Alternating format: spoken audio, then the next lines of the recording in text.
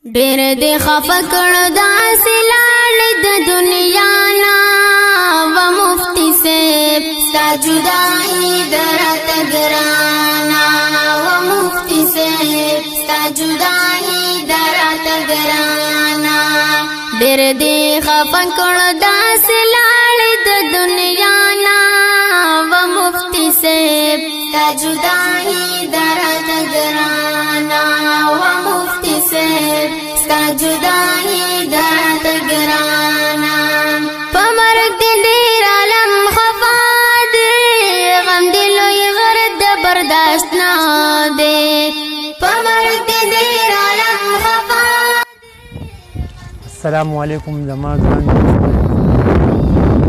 مکرم اخون زلمی پښتو ادبي او ثقافتي جرګې سرپرستیاله یم محمد راشد اقبال نوشیروي. ما د مفتی صاحب په دغه باندې یو نظم لیکلی.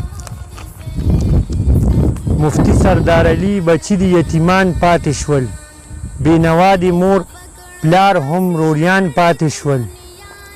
مفتی سردار علي بچي د یتیمان پاتې شول، بېنوا د مور پلار هم روریان پاتې شول. په مینه د الله کې څومره مست وي صبح او شامه، الله درله درکړی څومره لوی څومره لوړ اوچت مقامه. هر چا به د کولو په هر ځای کې احترامه، هر ځای د بې شمېره مدخوان پاتې شول. مفتی سردار علي بچي د یتیمان پاتې شول. په هر ځای کې توجه به د ناره وه، د ښکلي مخ ته څومره ښکلې ستاره وه.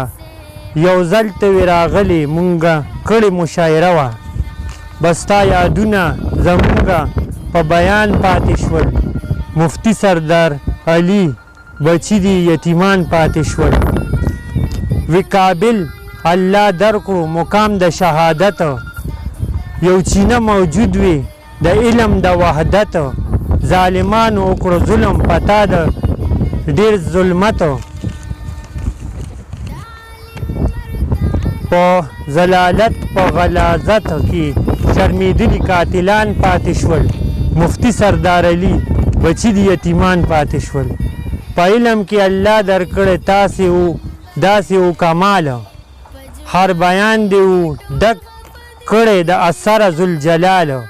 ډېر مین دې په تقریرو ما زه راشد اقبال، ستا په دې مرګي ستا مینو ته خفګان پاتې شول. مفتی سردار علي بچي د یتیمان پاتې شول. والسلام.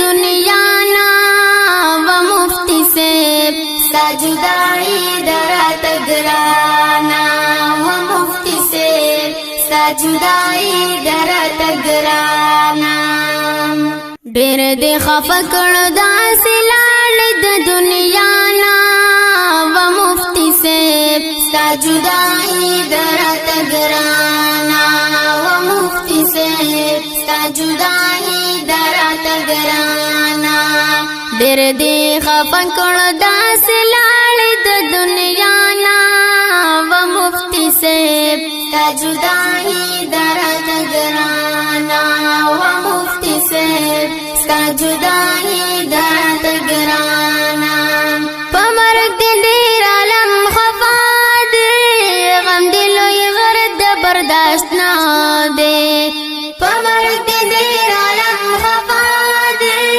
غم دې لوی غرد برداشت نه دی. مفتی سردار علي خفا دې کړو بې شانه و مفتی صاحب ستا جدا